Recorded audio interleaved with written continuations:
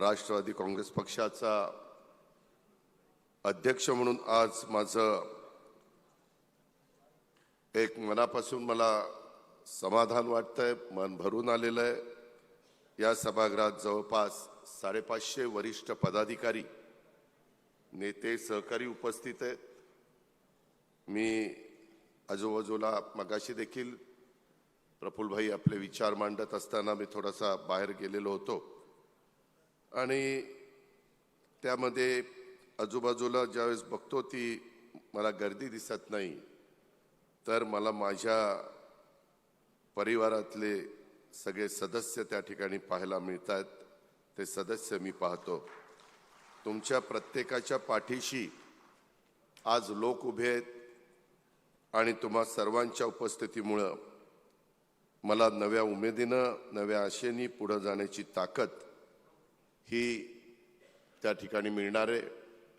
हजारो कार्यकर्ते, हजारो सहकारी हे प्रत्येकाच्या पाठीशी उभे आहेत आणि हे जर रूपांतर आपल्याला पुढच्या काळामध्ये लाखांच्या मध्ये करायचं आहे आणि त्याकरता राष्ट्रवादी काँग्रेस पक्षाची भूमिका काय, विचारधारा काय, पुढं आपण कशा पद्धतीने गेलं पाहिजे, ह्या करता हे चिंतन शिबिर आहे।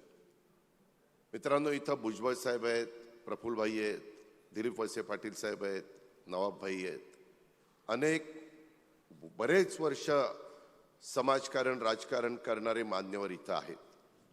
मी देखील जी सुरुवात केली त्याच्यामध्ये प्रफुल्ल भाई इथं आहेत। 91ला PV नरसिंहरावांच्या काळामध्ये आम्ही दोघंही खासदार झालो, 91 ते आत्तापर्यंतचा काळ, आणि त्याच्यामुळं इथं अनेक जण आज आपल्या पक्षाच्या परिवारामध्ये सदस्य म्हणून असले तरी काहींनी पूर्वीच्या काळामध्ये भाजपमध्ये काम केलंय, काहींनी शिवसेना उभाटामध्ये काम केलंय, काहींनी शिंदे साहेबांच्याबरोबर काम केलंय, काहींनी काँग्रेस बरोबर काम केलंय, अशा वेगवेगळ्या पक्षामध्ये काम केलेलं आहे। परंतु आता एक समविचारी पक्ष किंवा सर्व धर्म समभाव मानणारा पक्ष म्हणून आपल्या पक्षाची ओळख ही आपण केलेली आहे। माझ्या आधी पण बऱ्याच मान्यवरांनी सांगितलं, शिवशाहू आंबेडकरांची विचारधारा घेऊन मित्रांनो आपण पुढे चाललेलो आहे। आज मी पण माझ्या आयुष्यामध्ये आतापर्यंत बरीच शिबिरं बघितली। एकत्र काँग्रेसमध्ये असताना शिबिर बघितलं, त्याच्यानंतरच्या काळामध्ये राष्ट्रवादी काँग्रेसमध्ये आपण 10 जून 1999ला ह्या पक्षाची शिवाजी पार्कच्या मैदानामध्ये स्थापना झाल्यानंतर देखील त्या शिबिरं कशी चालायची तेही बघितलं। त्याच्यानंतर काही राजकीय वेगळी समीकरणं बदलली, त्याला जवळपास 2 वर्ष झालेली आहेत आणि त्याच्यानंतरच्या काळात आपण पण एक शिबिर पार पाडलं, ते म्हणजे आपल्या शिर्डीला। आताही नागपूरला शिबिर पार पाडलं जातंय उपराजधानीमध्ये। ही जागा का निवडली त्याच्याही बद्दलचा उल्लेख माझ्या आधीच्या मान्यवरांनी केलेला आहे। आज आपण राष्ट्रवादी चिंतन शिबिरासाठी एकत्र आलेलो आहोत आणि हे चिंतन शिबिर केवळ पुढच्या स्थानिक स्वराज्य संस्थांच्या निवडणुकीपुरतं नाहीये, तर पुढच्या पिढीसाठी आहे। आणि म्हणून तुम्ही सगळ्यांनी आजपर्यंतची जी शिबिरं पाहिली त्यापेक्षा आजचं शिबिर थोडंसं वेगळ्या पद्धतीचं आहे, ते तुम्हाला दिवसभरामध्ये लक्षामध्ये येईल। आणि आज फक्त भाषणं करून आपल्याला दिवसभराचा वेळ घालवायचा नाहीये, तर आज आपण जे आता ग्रुप केले जातील त्याच्यामध्ये प्रामाणिकपणे चर्चा, काही तुमच्या मनामध्ये देखील धाडसी कल्पना असू शकतात। नवीन जनरेशन आहे, माझ्या लाडक्या बहिणी आहेत, माझे बंधू आहेत, आमचे वडीलधारी आहेत, आणि त्याच्यामुळे काहींच्याकडे अनुभवाचे बोल असतील, काहींच्याकडं एक नवीन व्हिजन त्यांच्या डोळ्यासमोर असेल, आणि म्हणून काही धाडसी कल्पना, काही ठोस निर्णय हे आपल्याला घ्यायचे आहेत। आपल्या इथली चांद्यापासून बांद्यापर्यंत भौगोलिक परिस्थिती वेगवेगळी आहे।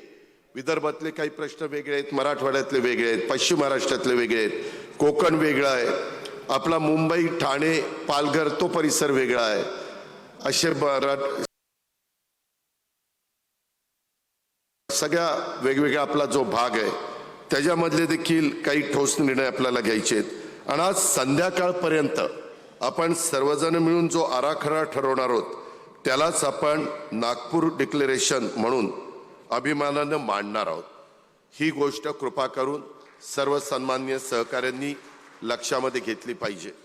मित्रांनो, संघटना केवळ वरच्या पातळीवरून मजबूत होत नाहीये, तर ती तळागाळातून बांधली जाते। म्हणून मी ठामपणे आपल्याला सगळ्यांना सांगू इच्छितो की प्रत्येक नेत्यांनी आणि पदाधिकाऱ्यांनी काही ठराविक प्रकारचे संवादाचे टच पॉइंट लोकांच्या समोर ठेवले पाहिजे। बूथस्तरीय संवाद, प्रभाग सभा, जनसंवाद शिबिर, राष्ट्रवादी परिवार मिलन, युवक टाउन हॉल, महिला बचत गट बैठक आणि उद्योग, त्याच्यामध्ये रोजगार सुविधाची शिबिरं, हे आपण वर्षभर शिस्तीनं त्या ठिकाणी केलं जाणार आहे। तर आपला पक्ष नेहमी हा लोकांच्या जवळ राहील, जनतेच्या जवळ राहील। आणि कोणत्याही नागरिकाला असं वाटता कामा नये की राष्ट्रवादी काँग्रेस पक्षाचे कार्यकर्ते नेते हे फक्त निवडणुकीच्या वेळीच दिसतात, असं पण घडता कामा नये, असं पण होता कामा नये।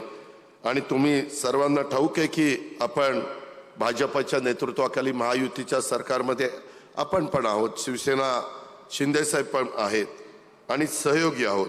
अनेक लोक मला विचारतात हे पाऊल आपण का टाकलं, वैयक्तिक आणि कौटुंबिक नात्यांच्या मध्ये वेदना आपण का स्वीकारल्या। मी तुम्हाला मनापासून सांगतो, ही सत्ता किंवा पदांच्यासाठी उचललेलं पाऊल नव्हतं किंवा नाही। महाराष्ट्राला स्थिरता, तुमच्या माझ्या महाराष्ट्राला प्रगती आणि ठोस निर्णयाची गरज आहे। या आमच्या अंतःकरणाच्या हकेला आम्ही ओ दिली आणि हा मार्ग स्वीकारलेला आहे। हे कृपा करून महाराष्ट्राने पण लक्षात घ्यावं आणि माझ्या सहकाऱ्यांनी पण लक्षात घ्यावं। जेव्हा एखाद्या गावाला पाणी मिळतं, कारण ती फाईल जी आलेली असते ती आम्ही लोक क्लिअर करतो आणि त्यावेळेस ते काम मार्गी लागतं। त्याचबरोबर मला समाधान, त्याच्यातूनच आम्हाला आमच्या मंत्री महोदयांना सगळ्यांना समाधान मिळतं, जेव्हा एखादी फॅक्टरी, एखादं युनिट ते आपण चालू करतो, त्याच्याकरता आपण जमीन देतो, परवानग्या देतो, ते प्रश्न सोडवतो आणि त्याच्यामुळे हजारो तरुण तरुणींना रोजगार हा निर्माण होतो, तेव्हा खऱ्या अर्थाने एक आनंद, ह्याची जाणीव आम्हाला होते, एक समाधान मिळतं।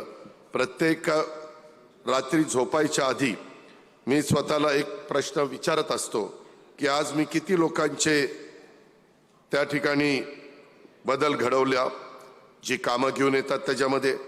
हाच माझा यशाचा मापदंड आहे आणि हाच माझ्या राजकारणाचा देखील असण्याचा हेतू आहे। सार्वजनिक जीवनामध्ये आपण सगळेजण काम करत असताना किती लोकांचे प्रश्न मार्गी लावले, काय केलं।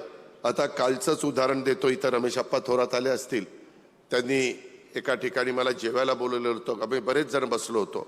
लोक कामं सांगताना पण फार वेगळ्या पद्धतीनं, आम्ही कार्यकर्त्यांनी काम सांगितल्यानंतर विश्वास ठेवून त्या कामामध्ये लक्ष घालतो आणि संबंधितांना बोलतो, परंतु कार्यकर्त्यांनी पण खरं काय असेल ते सांगायचा प्रयत्न करा, नाहीतर कधी कधी आमची गडबड होते, तसं काही होऊन देऊ नका, अशी मला आपल्याला सगळ्यांना विनंती करायची। माझं तुम्हाला सगळ्यांना सांगणं आहे, कालच आम्ही आता पहिला ह्या महायुतीचं सरकार आल्यानंतर 100 दिवसाचा कार्यक्रम, नंतर 150 दिवसाचा कार्यक्रम घेतला आणि त्याच्यामध्ये अनेक जण भेटत असतात। काल पण एक जण म्हणाला की अजित पवार आम्हाला अनुकंपा तत्वावर नोकरी द्यायला पाहिजे। मी कलेक्टरला सकाळी बोलवलं, त्यांना सांगितलं अनुकंपा तत्वावरचा मोठा कार्यक्रम आम्ही हातामध्ये घेतलाय, सगळ्या मंत्री महोदयांना माहिती आहे, कॅबिनेटला आम्ही निर्णय घेतलेला आहे। नोकरीवर ती व्यक्ती असताना दुर्दैवाने त्याचं निधन झालं तर त्यांच्या कुटुंबातल्या एकाला नोकरी द्यायची, मुलगा असू, मुलगी असू, पत्नी असू, कुणी त्याला नोकरी द्यायची, असा प्रकारचा निर्णय झाला। काल मला त्यांनी सांगितल्यानंतर मलाही कळेना की का ह्याला नोकरी मिळत नाही। नंतर आज सकाळी माहिती घेतली, तो म्हणतोय जो मृत्युमुखी पडलाय, जो निघून गेलाय, त्याला मी दत्तकाचं पत्र घेऊन येतो, आता तो गेलाय वर आणि तो अडॉप्ट व्हायला करणार। आणि म्हणलं अरे पत्र नाही, काही नाही, नाही म्हणले दादा ते मला पत्र दिलेलं मी आता शोधून काढतो ना आणतो, असं नाही चालत। उगीच काहीतरी कुठली तरी चुकीची कामं, आणि त्यांनी सांगताना मी ते समजून घेतलं, कलेक्टरनी समजून घेतलं आणि नंतर जाता जाता त्या कलेक्टरला म्हणला माझं काम नाही झालं तर मी आत्महत्याच करेन।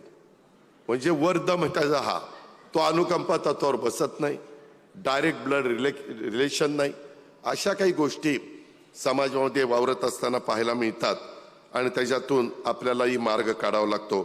महायुतीसोबतचा आपला सहयोग टिकून आहे कारण परस्पर सन्मान आणि महाराष्ट्राच्या विकासासाठी सामायिक बांधिलकी या समन्वयामुळं मुख्यमंत्री देवेंद्रजी फडणवीस असतील यांचे मी आभार मानतो आणि पंतप्रधान नरेंद्र मोदींचे पण मी आभार मानतो.